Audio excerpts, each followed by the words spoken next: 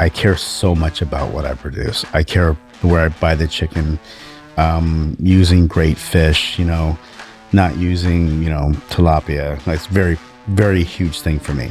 Mm-hmm. And I come down to the fact that I don't think people care even close to as much as I do. They don't. And then the cost of food is this much, and the cost of labor is this much. Is there any sense left? Probably. I mean, I know very little to nothing. And so how can we really think about making that profitable long term? Is what we really have to analyze it and sit down and, okay, is my menu even profitable? I need to sell this food. So of your 200 that you planned on, you sold 20. So now you have 180 of this product that you need to move somewhere. At least at a restaurant, I can reuse that. At a food truck,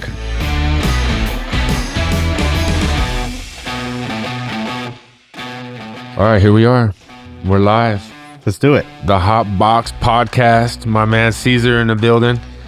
Thanks for having me. Thanks for being here, brother. Absolutely. It's an honor, a pleasure always. I love our conversations, and we were just talking about the video shoot we did that never got released, and we're like, man, what happens? And then we got here and we had to wait a long time. I didn't realize that I'd scheduled the time different. I've always had some technical difficulties here. It's kind of weird, but we've talked already a lot about business and the industry and kind of the things we're overcoming, and then the future plans and stuff. I know you have announced publicly that you're closing the Sangria on the Burg, and I think the people were in awe, like, oh my God, what's going on? But rising costs, labor costs, cost of goods, inflation, convenience factor, all these things we've touched on. What's your initial emotion when, like, having to put that together? It was a long time coming, and we had been struggling for a long time, and trying to pivot here and pivot there. And there's a lot of kept fighting, right? And I would tell people that all the time. Maybe they thought I was lying, but I'm like, we're still fighting. I tell people all the time, like, we're going. How's it going? Like, it's okay. There's ups and downs. But eventually you start looking at that bank account going down, and you're like, how much longer can I do this? I'm very proud that none of my employees ever missed a paycheck. And my wife and I put a lot of money into making sure that was a fact, right? And we received some ERC money, and from what we did, and we got a couple grants that without those we wouldn't be here. This wouldn't even be a conversation, because I don't think people know how hard small business has been hit. We got some help from the government. Some of us that got a grant that really kept us in, or this conversation wouldn't be happening. Absolutely. So it kept us going, but not well. So I come to terms with it a while back. Okay, this concept might need some retooling, or we need to really look at the business and see if it's something that can continue. Emotional, very emotional. Absolutely. And thinking about everything we put into it. Then I really started looking back at how much it gave me, opportunities. To whether it's Food Network or other networks we've been on, and awards we received and everything. We came into this business with a lot of experience, but I had a menu, and I asked for a loan, and I don't know why they gave me a loan, because if you think about restaurants, it's a tough business, and I no prior ownership experience, and Lyft funds went to bat for me, so that was a huge thing. And so many times that we shouldn't have still been here, but we kept fighting. A lot that was public was, even through the pandemic, was supporting us. They would come in. There was some people would come in, get $15 worth of food and leave $100 tip. Just, hey, we want you to be here. We want you to be here. We want you to be here. So I'm sure a lot of people were shocked. I'm sure, I've seen it, felt the love, by the way. It's been overwhelming. Yeah, that's awesome. A lot of support, a lot of people trying to kind of save us. But I really look at the economics of it all, and the fact that, this every concept has good and bad, right? And this one got a little hard to manage as far as cost is concerned. A lot of labor, because what I do is what I do, and it's my fault. It's 100% my fault. I like things a certain way, but it is very emotional. But I'm excited about the future. Absolutely. I think, it's like speaking to the mirror in some sense, because I've had my own struggles with two small businesses, and then mainly opening a barbecue business a month before the pandemic. And I only had a food truck a few months before that. And then just the other, learning those things again, like myself, I don't come from a huge food background. I come from more of the beverage side. So switching over and be like, I want to cook and I want to do this, and adapting to a business plan. And now with COVID, it changed things, especially that convenience factor, right? We talked about this, people ordering from the third parties, Sure. The new generation of kids being convenient to eat at home, and they don't want to go out to eat and not fill in the dining room, which affects servers. Cost of goods, even the third party, the Cisco's and PFG's and the big names, the Benny Keith's, minimum orders, $1,000, it now forces you to go to a store for produce or a Restaurant Depot. And so juggling that inside your menu, because you have to prep this, only have this much labor, or so that it is a juggle. It's a constant struggle, and for all formats. I know I've felt that and learned that, and then we talked about simplifying things, and I think that is maybe the only way is, and we're just adapting to new times. We were talking about the Chick-fil-A's with the drive-throughs, 6 lanes, that restaurant on top, or now you have drive-through only restaurants. So incorporating a drive-through into a business concept is probably something. I had a small restaurant right on the south side. Just with the small barbecue menu I had alone, there was 115 items on my inventory sheet. And it's like, man, like, how do you keep up? And then raising insurance rates, city permits, those costs of goods, the labor rate, like, dude, the cost of living has gone up. So obviously people need money, but we can't afford them on the business side. It's like, okay, I can pay you, but I can't pay myself, or I can't pay the business. I can't pay this. I can't pay that, or I got to juggle this. Let me get this week. I got to get that next week. How do you overcome that? It's a lot of things that you talked about, and you're looking at your business, and you want to be a great employer. You do, like that. That's a huge part of my love of this. I say I used to make food, now I make leaders. I try to teach people how to do this, think in this business. But so you want to pay them well, and they need to be paid well, because they have bills, and it's really expensive to live right now. But managing all that, I think we have to kind of get out of our own way. And, I used to think we had to have this and we had to have that. Well, the pandemic taught me, no, you don't, because they were out of it, and we still kept going. They were out of brisket. And I would think to myself, I'll never not have brisket. Well, I had to. They were just out. They didn't have any. And then if you were going to buy them, they were going to be so expensive that no one would pay that price for them. Pivoted, right? We brought in tri-tip, and we okay, what can we do with this? And everybody loved it. Okay, it's good. Well, maybe we don't have to have brisket. Maybe I don't have to have the 200 items on my list, to make a taco special. I love what I do, and I love the fact that my tacos are unique, and they've won national recognition, and that's great. But how much we work to make that happen in this environment is probably not sustainable. It's not 100%. I'm telling you, I'm here because of that, right? Understanding that and saying, okay, maybe I have to get out of my own way and think of a concept that is less steps, less labor, and still can give people a really good meal at an affordable price, which I think that's where we are for the near future. Yeah. And I'm excited about it. As sad absolutely. as I am, I agree. I am sad, but man, I'm excited about the new challenge, and I'm excited about doing something new, cool, and fun and fresh, and the love from San Antonio. For a little while, I thought y'all forgot about me, and we're out there, and I'm not alone. There's a lot of restaurants that are like, hey, where'd our regulars go? Some people are working from home. My wife doesn't go for lunch. She doesn't go out to lunch, and she used to. USA, right down the street, 2 miles, is a big reason I opened up Sangria at that location. They haven't been there for over 2 years. Well, there's my lunch, there's my happy hour crowd. They're gone. 20,000 people a day aren't eating anymore, aren't drinking. So Yeah.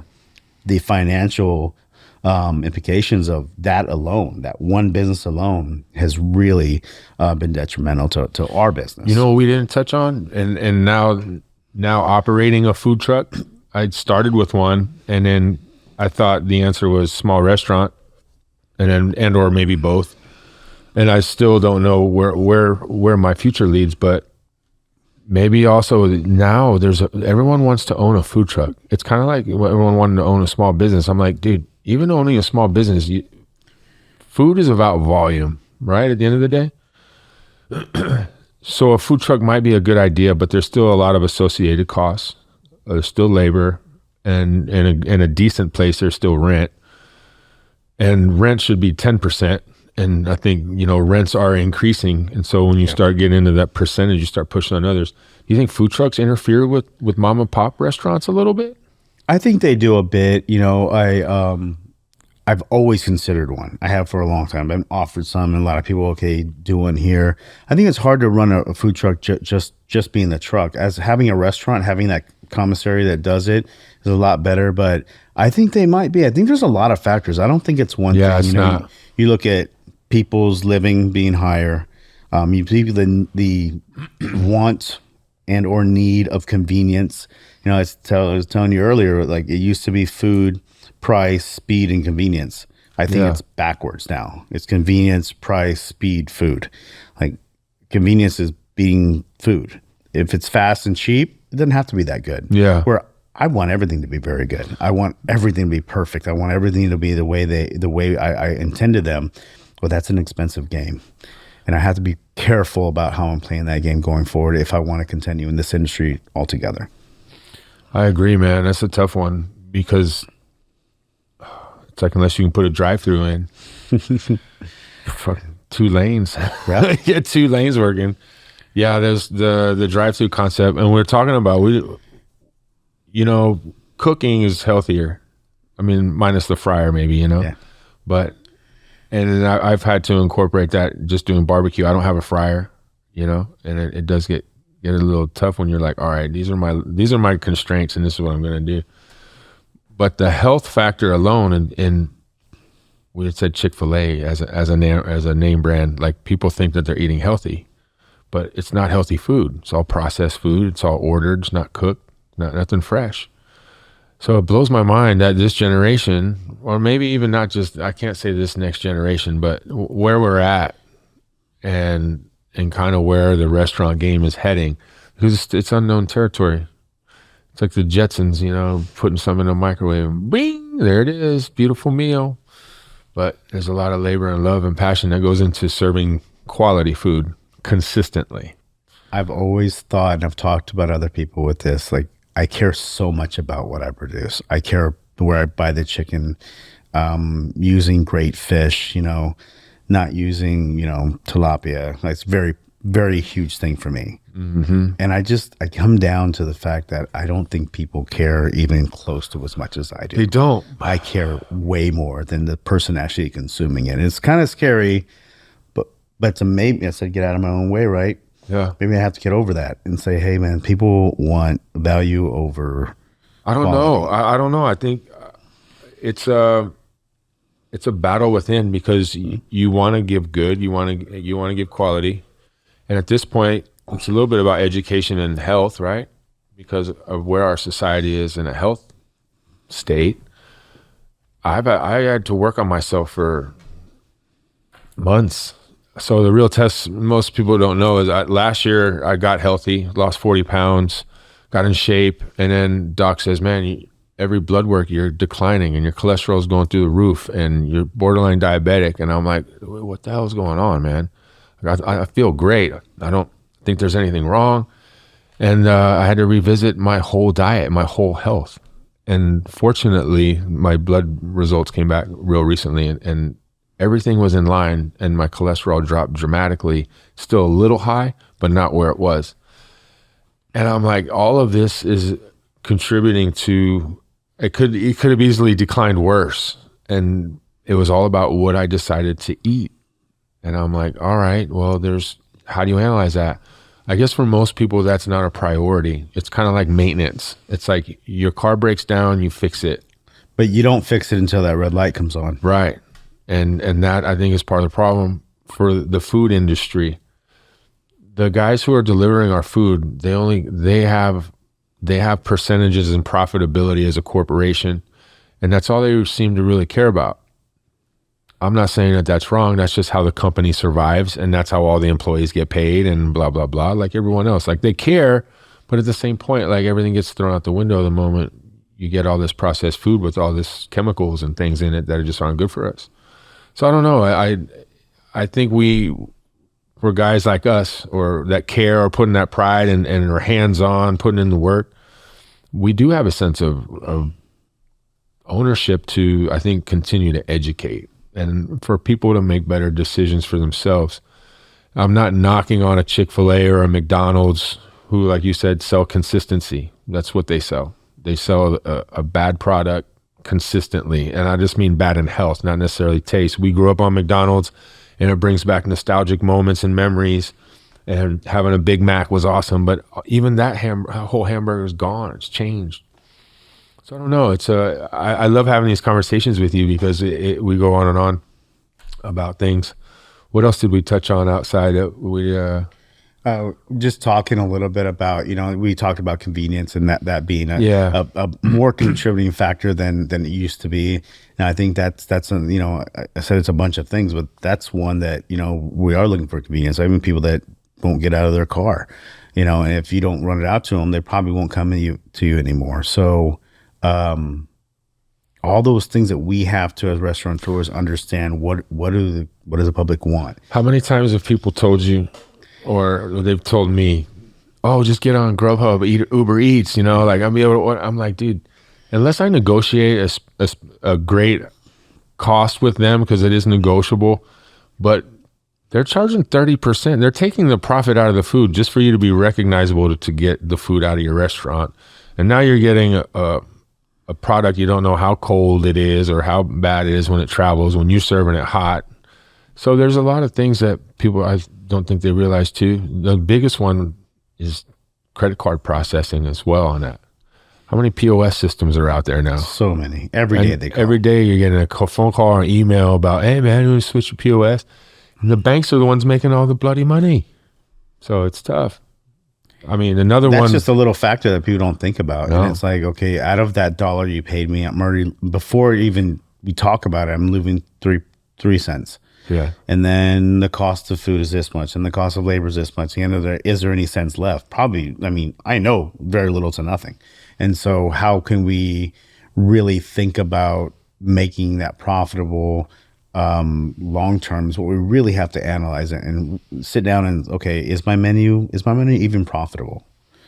Look at your menu. Is it profitable? Amen, a lot of brother. people are going to be shocked. Yeah. When you really put pen to paper and really sit down. We all know restaurant math, and I do it really quick. But then you start, okay, this guy is $3 more than it used to be, and then now I need another guy because it's just people are really wanting more money, and they deserve more money. I understand that, but at a certain point, you might have outpriced your genre of food. I where agree. People aren't willing to give you that for a taco. I'm in a taco world, in a taco city. We can all throw a rock and hit a taco restaurant, right? Yeah. Every one of us on the way home can get multiple tacos if you want to. There's a threshold, right? You're going to pay a certain amount, but when I get that brisket, smoke it, I make my own seasoning, then we have a wood guy deliver wood, then I cook it in there, then I cook it overnight, then another guy brings it out and he shreds it up for the taco. All that is to make a single taco that no one wants to pay over a certain amount for. A lot of work, and so maybe I shouldn't make that taco anymore. I've definitely in the past 2 months, or the amount of hours or labor that I've got with help and then had none, and doing everything on my own has made me think twice about, one, what I've always said, why am I doing this? Like, because it's like, not that I'm cursing a storm, but I'm like, man, is this worth it? Right? And I'm sure you've asked yourself that question. And then you don't want to give up. And so you're like, all right, do I rebrand, or do I resurface, or do I bring in a whole new concept? And it might be the answer these days. And I think that's kind of the direction where you're heading, right? Yes, sir. I've just really looked at what's selling, where we are as a people.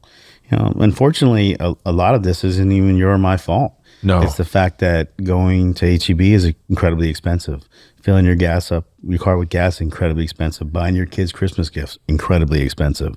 Some of my kids, my staff, they talk about their rent, and I'm just shocked that I remember growing up, like it wasn't that much. No. And I'm just like, you had to pay what just to get your apartment was like, I paid for more than my first house.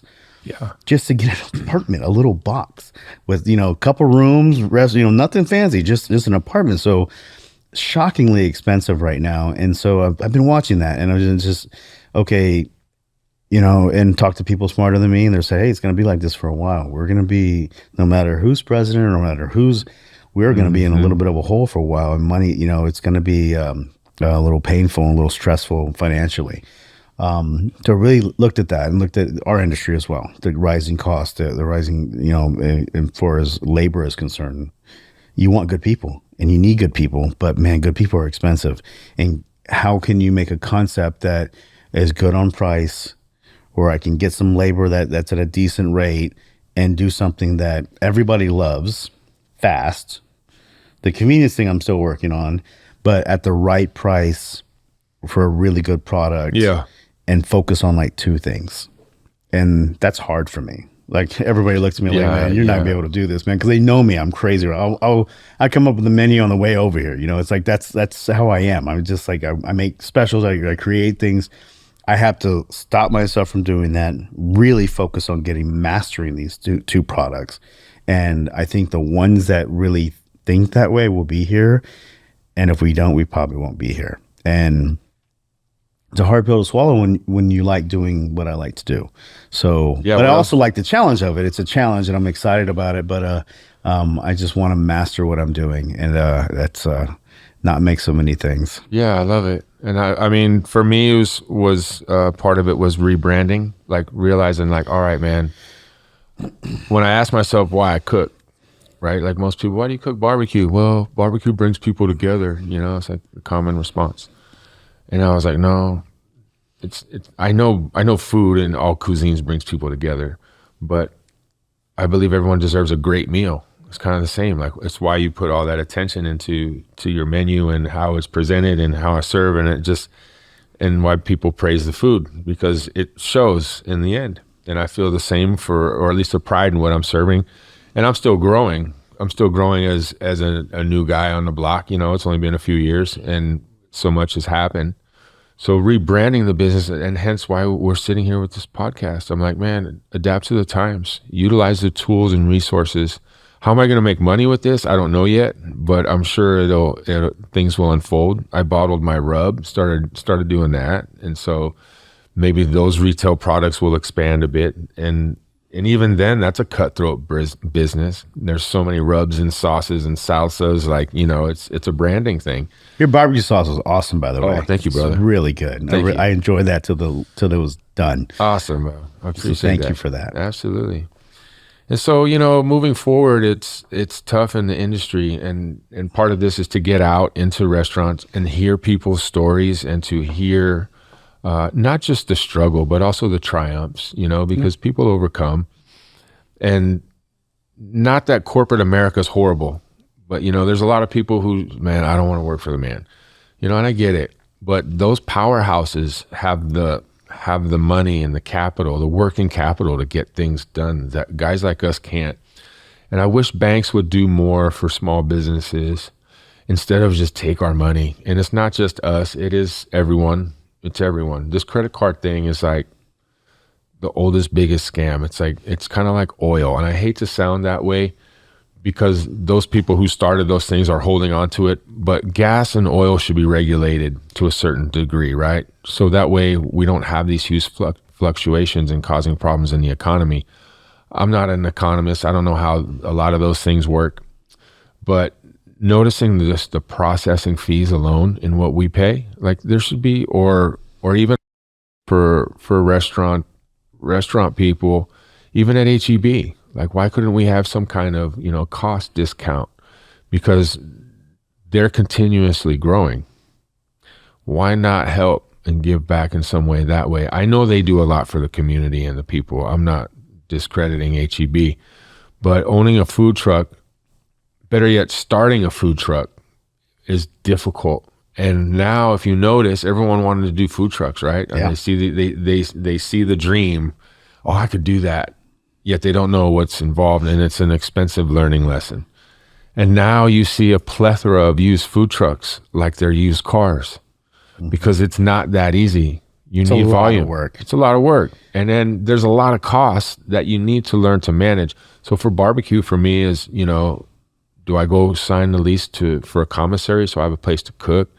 Do I, where do you cook from? It's all supposed to be within your mobile vending unit. And it becomes a challenge. And these new little trucks that come from Mexico, they're poorly built. I've heard horror stories about those. And they've only, I don't want to say doubled in price, but they were like 12, 15,000. Right now they're selling for over 20 grand just for those basic boxes with a plancha or a flat top and a fryer, your 3-compartment sink, your water heater, and your normal get by type of stuff. But it's crazy to see these dynamics and see these things happening. And when people tell me, oh man, I want to go open a food truck, I'm like, man, don't do it. Don't do it without the experience. Yeah, I don't think that as far as that's concerned, it is always seen as like an entry level kind of thing. But the truth of the matter is it's really more profitable and actually doable for someone that has a restaurant.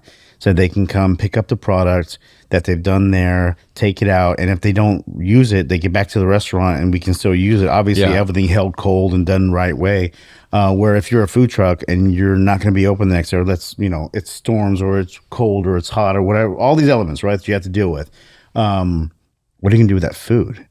A lot of it, if you throw it away, or let's say a lot of people want to rent food trucks for like when they're schools, and then hoping that they'll sell. Then you make all this food. Oh, there's going to be 300 people out there. It's going to be great, and you go out there and you sell 20 plates because nobody wants to spend the money on it. They're just out there, almost happy as a novelty, and you're like, well, I need to sell this food. So of your 200 that you planned on, you sold 20. So now you have 180 of this product that you need to move somewhere.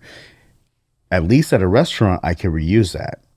At a food truck, hopefully you sell it the next day. Hopefully, but it's a lot of kind of people not really understanding, like, hey, if you're gonna bring people out here, like, not that it's a guarantee, but like they need guarantees. You can't just go out there and hope that you're gonna sell this stuff. Yeah. That's why a lot of food trucks, hey, I'll go. It's like a caterer. I'm gonna sell you 200 plates, and if they sell, because they have a bottom line too, they have to add towards, and they have food costs, they have insurance and everything you have to pay. So the public has to understand that. And they've asked me a lot to do things, and I'm going to do it, but I'm going to charge you. I'm not going to come out here and not sell the product, because we can't hope to make it. We have to have dollars. We have to sell. So that's another. We talked a little bit outside about just kind of the mutual respect between our guests and restaurants or food truck owners. Talked a little bit about the fact that we had 50 to 60% of our reservations not showing up for a long time. Yeah. And like it was, we would call them, and some of them wouldn't even confirm. And we had one Sunday morning. It's one of our busiest shifts. For like 2 or 3 hours, we had 0 tables. But we had full reservations. So we called and say, hey, we're calling to confirm. Oh, I forgot to call you and tell you that I'm going to cancel. And this was the entire restaurant. So our busiest shift, nobody there. And of course, people were calling to make reservations, like, oh, we can't take a reservation because we're already fully booked. Thank you. We have reservation round 2, but we don't have anything right now. So they didn't come. So not only did they not show up, but we turned away tons of business because a person decided not to call and fulfill their part of the obligation of saying, hey, I'm coming to your restaurant. I want to feed my family there. And then they don't have the mutual respect to understand that it's a business. So they didn't do the right thing. Yeah, they did the right thing. And just do the right thing by us. And this isn't a big corporation, but even big corporations, doesn't even matter how big the size of the company. Do the right thing. Call them. cancel your reservations. Know that because you're not there, they're losing money. Yeah. And so I did that for a long time, and I lost money for a long time. And I didn't say anything because we can't say anything, right? You can't say anything to your guests because, you know, you don't want to lose your guests. Well, the guests just kind of screwed me, man. And this happened way too. I'm not alone. I talked to a bunch of restaurateurs the same thing. What do we do about this? We don't know. They're just literally, we have all these reservations. None of them show up. Do the right thing. You know, understand that we're a business, and you know, this is how I feed my kids. This is all my service. And so I had all my service with no tables. My guys in the kitchen that I'm paying just standing there because you forgot to call me. It's not cool. Yeah, it's unacceptable. And that needs to change. That's a huge thing that people need to take accountability for what to do, because, you know, everybody's asking me right now, like, how could you be closing? You're so busy and all this. Like, no, we're not. We're not as busy as you think. We're a small restaurant, and that happened to me so many times that eventually you just run out of money. You know, I've been waiting for people to be here, or some people, hey, you're my favorite restaurant. I haven't been there in 3 years. Like, that's the problem. And we need to support local business. And I am your favorite. Please support us. That's a good point. I think it was, I don't know who I was talking to, someone in the family or someone, and I think Dady had made a comment or something about, like, the business model is only, you can only expect like 3 years now. It's like things come and go so fast, and you see it a lot too. Like, there's 20 that they released after you had made a statement too, 23 restaurants closing this year, and a few staples, you know, like that we know, a few staples have been around for years, and a few that have maybe kind of been in that same 5, 7, 8 years or whatever, and then some that have been nominated, like yourself, for high awards or praise, and man, this is some great food and great service. You know what you're doing, you know what I mean? And it seems that now it's like, I guess we just keep getting back to costs and rents and things, but yeah, even not retaining employees for, you know, guys who used to work in restaurants for 5, 10 years and not go anywhere. And now we're talking about this app where you're hiring help on an app because I need someone for this day, and they don't want to work somewhere full time. I just want to work this day. I just want to work that day. I want to go do Uber. Yeah. We're competing against a lot. It's not just the business anymore. Yeah. I tell her, we lost a generation of cooks. Like, a whole generation's gone. And, you know, tell you a story. And, you know, I'm not ashamed of this. It's just a real story. As a guy said, man, Ceasar, like, I love you, man. And I was begging him to come back because he was a banger. You know, love working with him. He's like, Ceasar, I can Uber from 4 or 6 to 12, 4 in the morning, 6 in the morning to 12. I'm done after that. I pick up my kids from school. I don't work nights, don't work weekends, don't work holidays. And I make the same I make with you because he's Ubering. And he has a good personality. He's an interesting person. And he's like, why would I come back? You know, why would I be on that schedule again? Another guy, you know, works with me as well. He says, you know, I can get on the schedule and I have to work these days, or I can just go on this app that I pick up a job whenever I want. So if I want to work tonight, I work it. I get paid that same day. And then tomorrow, if I want to work, I pick up another job. And everybody's looking for labor so bad. We're paying this company 40% extra on top of what we're offering the person for the rights to use the app, and they can work whenever they want. So he's like, why would I be on a schedule for you if I can just look on this daily, get paid daily, and work when I want to, if I want to? That's mind-boggling. And why? And you think about yourself, like, man, like, why would he? Like I get it. You know, I'm like, man, that's a tough man, thing if I was to a 21-year-old kid, I mean, you could literally travel city to city and just pick up work where you wanted. You know, and it also takes, you know, if you're a cook, you have to be good. You have to be good. You get rated on there and all this other stuff. So, you know, there's not that many people that can come to any kitchen and cook. No, you're right. I would love that, by the way. I'd go in there and wreck shop, right? But go into a kitchen, like, bang it out, do a really good job. I'm like, man, they're awesome. They rate you really well. You get another job tomorrow, and you just do this as many times as you want a week. And, you know, you might not get paid overtime, but you get paid the same day. And if you don't want to work that weekend, you don't have to. Where in my industry, I usually schedule them on the weekend because I need them. Can most of the employees, you think, these days handle the workload, like when it's busy? Like, Not well, we haven't been busy in a long time, but since we announced, obviously we've been crazy. Yes and no. It's been a little shocking, and they're not used to it anymore. But again, we lost a generation of people. The servers, we're dealing with another generation of servers, so we have to teach them the hospitality and teach them to really be fast at this, because it's about speed, right? Oh yeah. So we're not. We're working on that. But as far as how busy as we've been, it's been a little grueling. I see everybody's face. They're looking shocked. But I'm glad they're making money.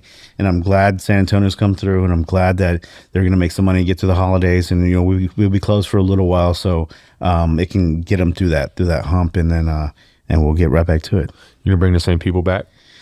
Anybody that wants to stay, anybody, some people, I know it's going to be a little different style. So some of them, it's not for them, but, I would love that. I do think the new concepts, I'm going to try to keep it quiet. I told you, I'm not going to say anything. We're just going to open up one day. But, I also know we're talking about new restaurants, right? And changing. I already feel the buzz. And we haven't even started. We haven't really even started. That's the cool part. I feel the buzz, and I feel like people are like, "What are you doing? What are you doing? Make me do it first." We just talked to Ernie, right? He's like, "Hey, call me. I want the scoop. I want to do it first." And I'm guaranteeing everybody that they're first. By the way, I know this game, but play it, baby. Yeah, play it. But like it's gonna build a buzz. But maybe at the end of the day, Jason was right. Maybe you have to rebrand every few years in this kind of this environment that people love new. We love new. I don't care if it's that Joe LaBee's or whatever, like this new fast food for the place. For the food truck game right now, it's the items. Like if you got a new item and you're like, bam, and then they flood you for a second. And then you better come with a new one, because then. And that's exciting and it's fun, and I'm really good at doing these kind of things. So as far as coming up with concepts, coming up with menus. So maybe this is what we do. Maybe this is, and it gives people, okay, we're doing something different, but it's fresh and hot, and we'll get hot for a little while and ride that wave, and then maybe in another 7 years we have to come up with something new or less, because we're kind of like bug lights, right? Whenever a new restaurant comes in, every social media person, every TV person goes out there, even if it's a national chain. And I've always thought about, like, what if we just stop letting chains be here? And so we're forced to, support local, because that's hard whenever you lose a huge market share to this new, fast food, whatever, of Bojangles that comes in, that it's just like, okay, it's another just fast food place. But they go there instead of coming to our place. And in our little restaurant, one visit a month makes a difference. So I always thought about that. You think is it possible too that San Antonio as a whole, right? Like for a number of years there, I felt like we were behind the culinary scene, and maybe there's still a little truth to that, because we're our own dynamic, like compared to Austin, Houston, or Dallas, bigger markets. And I feel like even though we are growing so much, maybe that growth factor is a bit of an issue. It's kind of like when you grow too fast, or you open too many locations and you spread too thin, and then the consistency falls, and then the product isn't right, and then it's like we already know the first. You said you're open till 10, close at 9. It's little things. Is it possible though that the growth we don't have enough money here yet? I come from Corpus, and I, even from Corpus up here, I've noticed a huge difference of, my parents were very traditional. Dad worked, mom stayed at home, took care of the kids. We ate what mom made for dinner.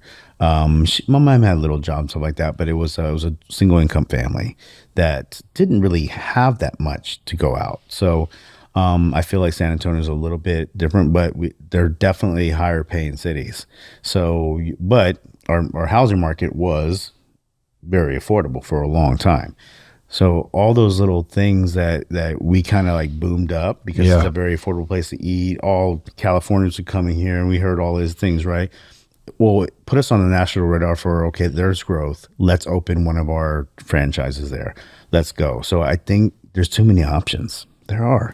I agree. Everywhere. Too many options. It's the same in the bar business, or why bars close. We're spread too thin. Everyone wants to do a project. Oh, we open a bar, we're going to make money. Yeah. doesn't work that way. Obviously location comes into play, and the new growth areas are getting more of the new and, new real estate, new buildings, new things. And so sometimes some of the other little areas of town that are known still, that were popular, aren't getting the same foot traffic.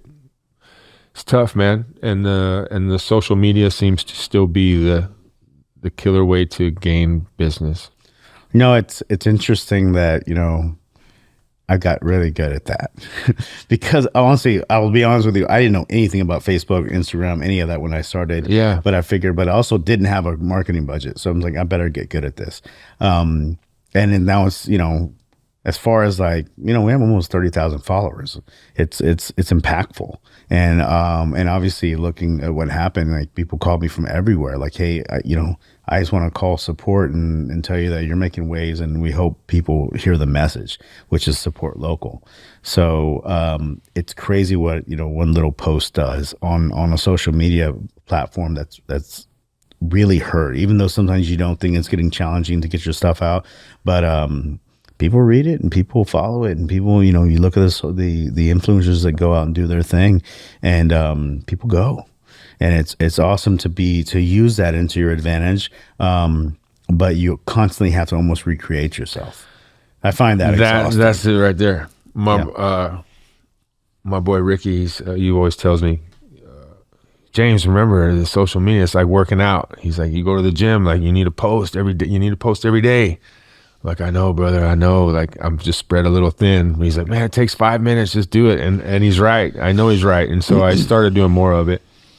Especially since, coming back on the scene a little bit. And that was how that Thor's hammer kind of came about. I was like, man, we got to do something. He kind of gave me that idea to do that. We've been sharing ideas, and I was like, no, yeah, that's it. Let's do it.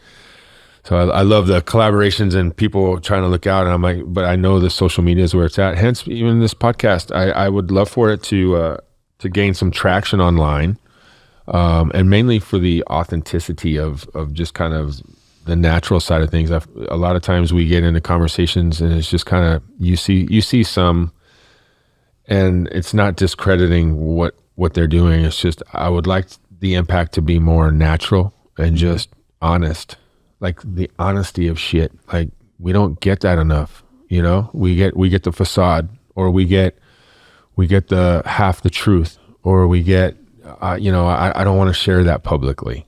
Fuck it, share it, like, put it out. Like people post things on their Facebook, and I know what's going on in their personal life.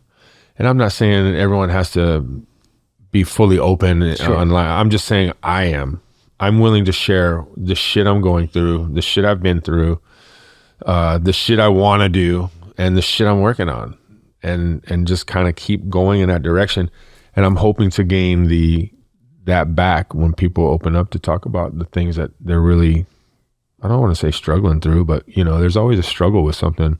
It's not always a negative, it could be something, because there's seasons of things, right? Like we get seasons of, like we're coming into the winter months. Like I know I got to prepare for that in this food truck. Yeah. It's an outside venue. Most people come. So the day or when it's raining and me having to travel with wood and cooking with wood and fighting the elements, when somebody goes to buy that brisket sandwich, they're not going to think anything of that. You know what I mean? Like, this was challenging. Nope. Yeah, like no, but those are, so we go through little things that the little things that we don't always know about, and I love to share it. So yeah. Well, one thing we were talking about education earlier, right? Yeah. I think another thing is I think we need to teach our kids to choose local. Like as much as and it's through example, but it's also like thinking, why are we making this decision? Why are we making the decision to go here instead of go to Chick-fil-A? It's like because that lady owns it and she works really hard. She's there all the time. We're trying to support her. I don't think we talk about that enough. That's not at all. Like I never even told my kid. Well, I'm really big on it, like my family. So they understand, and I not that I get after them, but I do get after them. Like, why are we eating this? And when there's some places local that we could have supported, and I get it. I'm not gonna say my kids are never gonna eat Chick-fil-A again. I'm not gonna say I'm never eating Chick-fil-A again or Cane's or any of those. Like I get it. Like I get home, they're there. I'm hungry. I eat it. But maybe talk about like once a week why we support local. If it's once a week, that would be great. But I mean, even once a month would be great. But like, talk to the kids about it. We do this because that's Joe, and that you actually go to school with this kid, and you know all these little things of why I'm making these decisions, why we make decisions to go anywhere, and because we really. We are who we support. If you really think about that, like if you support nothing, no local at all, but then you post something on, well, that's not who you are. Who you are is what you do, and if you don't actually do it, don't post it. Don't talk about it. Like I won't do it, and your kids see you. They know you're full of it if you don't follow through. But I think really teaching these kids that like this is the way our local economy grows is if we support it. Because if we don't, it's dying. And all we're going to have is, Taco Cabana, remember Judge Dredd? All restaurants are Taco Bell. Well, what if that was the truth? I would hate a world like that, But if we don't support, it's not gonna happen. We're gonna lose a lot of these mom and pops, and we're gonna lose a lot of the culture of what San Antonio is. Instead of like what Bojangles is now our culture. No, that's not our culture. Let's the mom and pop little Mexican restaurants that I love to eat at. That's our culture. The fried chicken that you love to get from local spot. That's our culture. Like all those little things that if we don't, we're gonna lose our culture, and that's kind of scary. It is. It's like, yeah, you're saying that like corporations taking over, and they got the firepower. They're walking. We're fighting next to them. Yeah, the buying power. They're buying power. Yep, they can buy $1 million worth of beef and save in the long run. I can't do that. I don't have a warehouse for it. I don't have those things. But that's how those restaurants are able to charge $1 less than me and still make money because they have buying power and I don't. I have to charge more than them because I don't get it as cheap as they do. And they're like, oh, I can go there and get it for $1 cheap. Yeah, you can, but if I made it for $1 cheap, I would make zero money. So that's the kind of situation where people have to understand that the economy of it and say, hey, I'm choosing to do this out of principle because telling one more dollar to this guy keeps him alive and keeps our local economy going. So it's a hard thing, and believe me, we've all been there. I think right now of a few restaurants that if they went under, I'd be so sad that I didn't go back sooner. And I'm gonna make a point, I tell my kids like, no, we're gonna do this. I know it's easy to go there, and I know they're right off the highway and they're convenient and all that. Well, let's take a couple turns. Take a couple turns to get to that that local restaurant that can't afford the one on I-10, but a couple down Huebner, take a right here, and end up at Clementine, which is a fantastic restaurant that I want to support because they're great people, they're local, but make the turns because we got to turn off a major highway. Take the turns to get to the spots that they can afford to run, and don't take the convenience route. Once a week, once a month, something, but do it consciously and make sure your kids know why you do it. It's a good point, man. And it also brings in that sit down or family dynamic or friend dynamic, meeting up. Breaking bread, brother. So important, man. And the kids, and teach them that too. Like, hey, service is nice. Tip the waiter. This is how you do it. Yeah. This is how you tip. And it was great service. And so there's some kids that I've hired that have never been to a full service restaurant. I was shocked. I'm like, you're lying. There's always like, no, my mom's single mom. She worked 2 jobs and we just really never went out. So he's never been to a sit down restaurant. There is affordability. I guess because I'm constantly working or cooking, and I feel blessed with this, by the way, because at times, like yourself, I'll man, we're gonna do a rack of lamb today or something, off the wall. And mainly it's more for me to do it or sell it or push it or do something. And then branding is totally different. But, I have that ability to be flexible, enjoy nice food and drink that I've always had around me. And so I know what to expect of places that I go. And sometimes I know that I can't be bougie and be like, oh, I'm going to expect something from this restaurant. That's not what they provide. And I'm just providing to be there and support and then take it for what it's worth. And still people are working and doing their thing. So yeah, I definitely stand behind all that because it is hard, man. It's hard. I talked to a lady the other day, and after the announcement, I went by her restaurant. And I went by kind of late, and I was like, I'll eat real fast and I'll leave. I was meeting a buddy up, and she's like, oh, you're you're that guy. It's like, yeah. So we're talking about her restaurant. She had no social media. She has now a nice little restaurant. She's like, we're suffering so bad. And I got some enchiladas, stuff like that, and they were really good. And but she didn't know anything about that. She was like, and I was like, you know what? I'm gonna come back and I'm gonna help you. We'll set up your social. We'll get you going. There's good stuff here. I'll donate my time to help you, even in the cooking side and getting things going. But there's a lot of they need love too. And if everything, it doesn't have to be super fancy to be good. It just can be a really authentic, really nice plate of enchiladas that I was really happy with what I ate. But we're not alone in a lot of these local businesses, and I feel so bad for her because she was, as far as I think I'm hurting, she was in a bad way. I can tell, and I'm like, man, how do you help this person? And that feeling, yeah, like when you're in that desperate place, and then I always say, I've been saying it a lot lately. It's not about how productive you can be in a day, but it's about how present you can be, right? Like within your spirit, like within yourself, your higher self, whatever it may be. And I've learned or grown because at times I've been an asshole trying to just get the product consistent and out and going through the motions. And it takes you away from being grateful for being able to do what you do, because your expectation is the warrior. I'm fighting him and I'm trying to get to this point. So let's just go. But then you're like, whoa, calm down.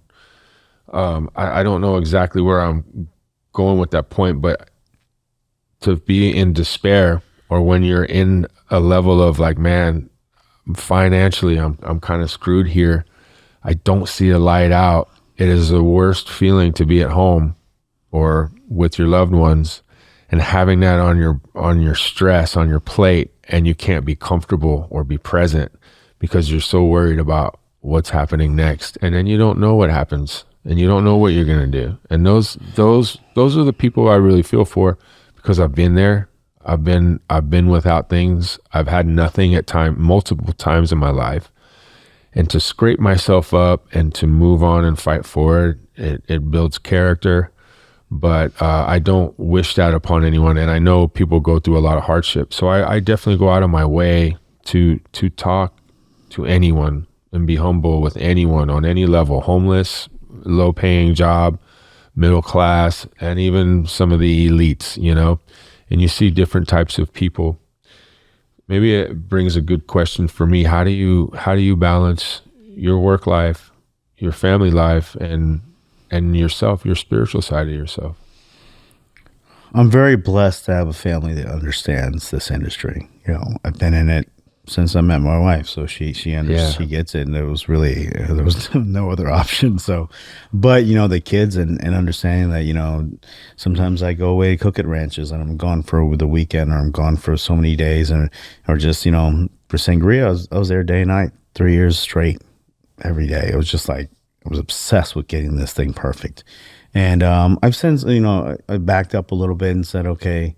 I did, Alamo Biscuit Company, which took me away from Sangria a little bit. And, there's only one you, right? Okay, got to help this, got to do this. And a lot of times your family suffers. So I'm very fortunate for them to understand, because that's, it's something hard for people to understand. I took probably a couple of years ago, or a year ago, it was a pandemic. And, obviously just looking at the value of life, I lost an uncle and lost some really close people to me. So, man, like my son has 3 more years, 2 more years, 2 more years till he's 18 and going to college. Right? My daughter has 4 more years. And so I was like, man, these are pivotal years. These are important for me to be a dad. So not that I haven't focused as much on the business, but I've really made myself focus on my family and focus on them and being there while they're here. I'd love us to eat together. I'd love us to share, to watch a movie, to do something, because I know, went to college. It was hard to get me to come back home, right? I know how it is, and your life begins, and they're going in a different direction. So I've really focused on that and try to be there at night. I try not to work too many nights anymore. Caterings and everything that I have to do, but I really try to put that as a focus, because I know that it's time is fleeting, right? We're not going to have much time with them anymore. So that has been just a decision I've made. think about it as well. Did that hurt Sangria a little bit? It might have. It's and end of the day, would I give that up to see my family more? Yes, you have to make those decisions. Opportunity cost. Yeah, and I'm very fortunate to have a wife that has a solid job, and I think that's probably the best decision I've ever made. Right, someone that's a great person, and that helps support this family. So I'm very blessed in that account. But that's great. Balancing everything is a challenge because you want to be great, and I want to be great every day. I don't get as low as I used to get. I don't drink as much as I used to get. I just drink, and all these ways to relieve stress. Right, I'm just okay. I'm at home. I'm enjoy this time. But I just try to work out every day. I'm up at 4:45. I get to the gym, and now my son works out with me. So that's always been a huge, it's spiritual, but it's a huge part of my life. And I've been an athlete and power lifter and done all this stuff, and it's always been when I'm in really good shape and I feel good. I can still lose some pounds. So I know, but I feel good about myself, and I feel like that normalcy of that 6 a.m. workout, that 5 every single day is one of those things that has always grounded me and kept me going in the right direction. And your health is wealth, right? And you have to think about that. So I think all those little things that I've done, and also I love the fact that I'm teaching my son, hey man, this is the most successful people in the world. Have those routines that are very healthy. So healthy routines are really good. And, but still focusing and becoming a teacher, being really good at teaching and not, I used to be scared to teach sometimes, or, I'm going to sound, a certain way, but I'm like, no, if I have the opportunity to teach, I'm going to teach, especially at work. Okay. I gotta do that because it's easy to do it by yourself, right? I can knock out anything super fast, but I need to teach other people to get on that level, because if you don't do that, you're gonna be doing it forever. So being really strong on yourself and saying, hey, I have to teach these people how to do what I want to do and how I do it, and learn the little tricks and stuff like that. So but it's I think it's still a challenge. I think it always will be. I got this new project coming up next year, and working on that, I'm like, I have to remember, hey, they still make time for family, make time for everything, make time for God, and do all those little things that I know in the end are gonna be here. End of the day, it's a job, right? It is a job, and I love doing what I do, but I also want to be, I guess, end goal, I'm gonna be an awesome grandpa, and I want them to want to be with me. Yeah. So above everything else, that's probably the most important thing in my life. Yeah, I appreciate you sharing that. That all makes full circle and sense, and it all adds up. So even when one door closes, it could mean new opportunity. So regardless, we always think we're in control, right? Like we control everything, but obviously there's a higher power that even influences that. And when we go through cycles or seasons of things, and then we come into a new one, we go, whoa, man, I didn't see that one coming. But a physical, mental, and spiritual balance seems to be important for most, we'll say, successful people, and it's not in a monetary way. You can see it when people are successful within themselves because they're at peace, they have joy, they're able to give gratitude, they teach, they've grown, they become men or women. And it also seems when you say giving credit for your wife, in this day and age, it's hard to be a single member household. I've had to endure that myself after Erica passed away, and that was a new challenge after being with someone and finding true love, and then going into this grief, healing, and then solitude. And then my son was still there. My son's 18. And then even then, finding the boundaries within that relationship, extending that, and being a father. And then also, okay, I'm doing this business, and it's taken time away from my son, but he knows what I'm doing. And it was cool. He sent me something the other morning, damn near made me tear up. It had something to do about, there's a kid standing next to a truck or something. He was like, man, if I could just give my dad the world or something, like. And it was touching because I was like, man, because I know as a father that my son is in the right place, that I've at least influenced and supported to put him in a place where his heart is right. And so I lead the rest in faith, knowing that, all right, my sacrifice is necessary, not only for me, but for him. So it's nice to hear when you're doing what you're doing and influencing your children, loving your wife, and then taking care of yourself, especially in a physical sense, because I know how crucial that is.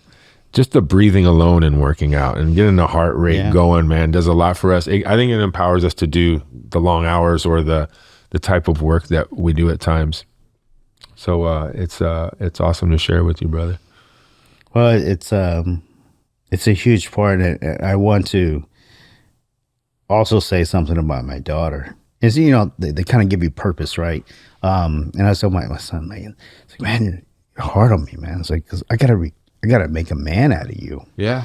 I don't gotta make a woman out of her. I just gotta love the hell out of her. You know, I gotta love her and, you know, give a good example of how a man should treat a woman and how a husband should treat a wife, and even how I raise my son. And I'm hard on him, like, on purpose.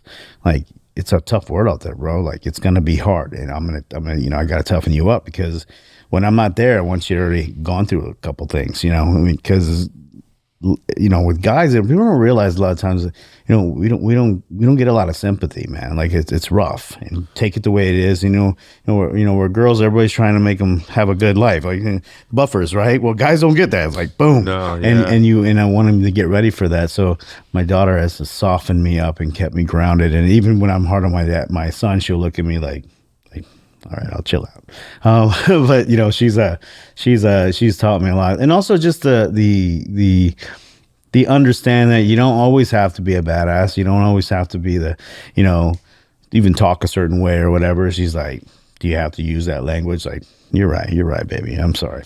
You know, and so it grounds me and brings me back down. That's pretty cool. And it's just how we were taught. Yeah. And we're just trying to pass on what we know. And we're in a new time, but it's nice to know maybe it's age. I've had this conversation with a few people, and I think part of it's age relative. Like, I'm going to be 49 next year. And so we come to these levels of growth, and we can see things, and we could probably still chill and eat our cereal or whatever it may be, knowing what's going to happen. And we just let it happen because we get a little wiser about, you know, and intuitive about what happens with people. But it's good to see these kids grow. It's awesome. I love them, and setting examples in many different ways. You know, absolutely. I think the way they see the work ethic, they see it, and then, you know, I see my dad, and that dude never stopped. He was just brutal. And I remember throwing, I'm like, man, this guy doesn't get tired. You know, he's serious. Worked on a ranch. We grew up on a ranch, so it was like, it's tough work, man. That is tough work all the time. It's always something. I feel so bad that I'm not at home sometimes, because he's still trying. He's still on the ranch. He's still doing things. Oh, I'm sure. And you know, those things, you know, in the workouts, and that you know, what we're doing, setting that example. Another thing, man, I read like crazy. Like, it's one of those things you talk about, physical, spiritual, mental. Like, I think, you tell me someone that I talk about a book, or they're like suggesting to me, like, it just, to me, they're on another level. You're on another level if you read, like, not constantly. I read constantly. I really am on Tillman Furtada's book right now, and like, and just, that's a fantastic book, by the way. But like, I like to hear other people's struggles. I like to hear, like, I'm not the only one. Shut up, you know. Like, you're you know, every year I read Can't Hurt Me by David Goggins every single January. Wow. Because December's kind of hard on me, and it's you know, we're just busting ass, and I don't have a lot of time for family. It's kind of emotional for me. And then I read his book that tells me, like, shut up, like, you have it, yeah, keep going, keep fighting. So I read a lot. I think that's another, you know, someone, you know, it's not even read when I work out, which, like, my son thinks is weird. Like, what are you doing? Like, I'm listening to his book, man. Like, you know, I'm listening to his book because, like, this guy's great. Look what he's done. And even that, like, physical struggles of people's lives, man. It's just real. I just, you know, maybe it just makes me feel better about mine. I don't know, but I love this thing, like, the adversity they faced, and they got through it, and now they're, you know, we all love the victory story. I love that, you know. I love it, and it makes me feel better. It makes me okay. Like, let's fight. Let's go strong. You know what does it for me? share one. I watch The Voice. Okay. No, I feel you there. And when I see people, when they've overcome their struggles and they're able to get this song out or have this talent, brings me to tears, brother. I'm like, that's one of the touching things for me. But I also, because it's an empathy thing. It's a level of connectedness that we don't realize we share amongst us. And I've always thought that artists and comedians, like I think about comedians and like I see what they're doing and the struggle that years they spend. 20 years. And we found this guy right now, you know, like, oh, he's amazing. Like he's been on the stage making $45 a night for 20 years to get to this point. I feel the same way about about chefs. They've been doing this for 20 years, and now like, oh, he's the next best thing. He's an overnight success. It's a breakthrough moment. No, bitch, I've been doing it for 20 fucking years. Where y'all been? Where y'all been? And you get these moments, and you make it on TV shows and all this stuff, and you're like your aha moment. But you know, to artists like that, and musicians and comedians stuff like that, like I feel really connected to them because I see the struggle to make it onto whatever show. Let's the late night show or whatever, where they made it on this thing, and that's like the pinnacle of their life. It's their 5 minutes but of fame. Spent 20 years getting there. So I've always related to people like that. I've always been very emotional about it too. I don't know why, because I see them making them like, yes. Like somebody worked their ass off. Yeah. Went all in, and they did it. It's like a restaurant. You open a restaurant, you open an affiliate. Like you went all in. You were all in. You put everything on the line to do this. I'm giving up my job. You know, I to this day, I'll tell you something that's very tough to swallow. I was a GM for a very big, very good restaurant company. I still make half as much as I used to make there, owning my own company. 7 years later, keep fighting. You know, but I make half as I working for someone else. So it's a passion project for sure. But like I look at those things and I'm like, man, like. I get their grind and I get their success, and I look at them on the stage or whatever. I'm like, yes, I'm so into it. But I always feel like artists like that and people that come up are very similar paths and very similar work until you get the opportunity. So I feel you there. I've always thought that too. You're built for that type. I feel the same. So it's even for me. Hotbox was 2019. So even I close a restaurant, people think, you know, I'm like, the entity didn't go away. I didn't close the entity. I'm not done. Just took a season out, you know, like it's like an athlete getting injured and has blown out a knee. You got to rehab and come back. It's the same. It's like we fight and then we get knocked down and we go, man, I didn't expect that.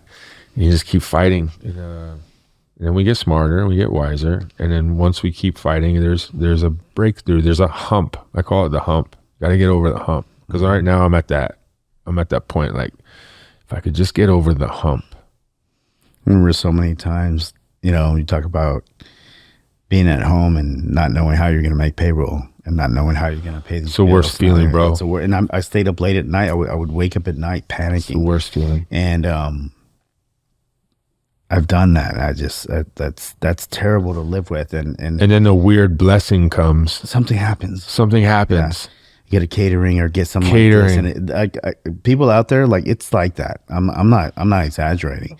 Where you get a private party, or you get a really good weekend. Well, that helped us pay our people. It's not. I'm not here out on a yacht enjoying all these. You own your own business. You must be rich. No, I'm really, really, really happy that I'm able to pay my people next week. Yeah. That's the truth. And I think I even take for granted sometimes that I work for myself. Unfortunately, as much as I try and live in gratitude, at times I take more time now to say prayers and give blessings, and because I know it's a gift that I am able to work for myself. Even though I want more and more and more, it's not about that. It's really about trying to find that moment. Man, you know what? I'm able to do this, and then. And that's why we're fighting to keep that thing going. But yeah, it's scary. It's scary for small businesses. It's starting out or even 7 years later, right? 7 years. 7 years later. God bless, it was a 19 to get to those 7. Yeah. And now, now we're here, and I feel like I'm wiser and I'm better at it. But I also think that, that story of the fisherman where, He's fishing, he catches a fish, and the guy's all excited, a businessman. Well, let's catch 3 fish. And next thing you know, you buy a boat. And then, then you own a whole company. And then you sell that so you can come back and fish whenever you want. It's like, well, that's what I do right now. Like, sometimes we don't see that. Like, that's right. You don't, like, I've made a lot of money and I made a little money, and both of them were okay. Because I don't think I've never been pretty, I think about it like this is, you asked me 4 years ago, when I look outside my house or my things or the assets that I have for the business, my smokers and stuff, I didn't have any of that 4 years ago. Started with one. It's like slow motion is better than no motion. You don't realize along the way the things you're acquiring, the things you're building, because you want more. Oh, I need this, need that. You're getting it as it comes. And then like that knowledge, that reading and those experiences and the things you've learned, I think your next turn is going to be a pretty good one. Yeah. Well, this has been fun. Yeah, I talked about a lot. A lot in a short amount of time, yeah. And end of the day, like it's kind of weird now that so many people are sad about Sangria, closing, coming to an end. But if it helped one person remember, that supporting local was a huge part. I don't think they realize that you're going to be right back. Probably not, and that's okay. That's what's going to make you're going to be like the guy on The Voice that came out. They'd be like, it closes Sangria on a Burg, and then he comes out singing this beautiful new song. You're going to hit him. I know you will. But I know it's also like there's some people that really love that place, and you read everything it's just like, man, people like this was their date night place, and it will be different. Like I'm telling you, it is going to be different. It is going to be some of the things that they really loved aren't going to be there anymore. But it's nice to feel that love, and nice to feel, and I really hope people really take the message and say, hey, we need to support our local places, and you might lose your favorite place. I didn't even I didn't realize that until the other day. A couple of guys came in and were like, man, we were damn near emotional when you close a restaurant. And I was like, we were there all the time, and I was like, man, like you say, you don't realize how it impacts people. How it really does affect their life, or how they go out of their way to go there, enjoy the food or the ambiance, or they meet one of their best friends or family member there, and that's just their spot, And so, I don't want to overlook the great amount of support we have from a lot of people for a long time that were regulars, because it can easily, prodigal son, right? You forget about them, you focus on the ones that aren't there. But thank you to everybody that were, and then a lot of people kept us going for a long time. And I'm not lying, man. We would deliver food, and it was $50 worth of food, and they would give us $50 plus $100 tip. Yeah, I remember those days. Those are, and they don't realize that helped me pay people. Like it helped me literally. We were all sharing tips at that time. We were open 25%. It was so hard, but those people kept us going. So thank you to them, and it is a pivot. And we will be back.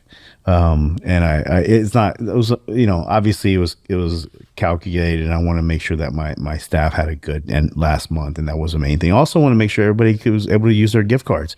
They have a whole month to use their gift cards. It sucks when some places close and you're like, I had a whole gift. Yeah, they have a chance to use their gift card, and they have a chance to come say goodbye and just be impactful for the last month as far as sales are concerned, and give us also a good start on the next project. So, for all that, I'm grateful. We've been really blessed. I'm excited to see what's next, brother. That's going to be cool. All right. Look forward to it. Well, thanks for today, man. Absolutely. Appreciate you. Love you, brother. Love you too, It's man. good stuff. Thank you.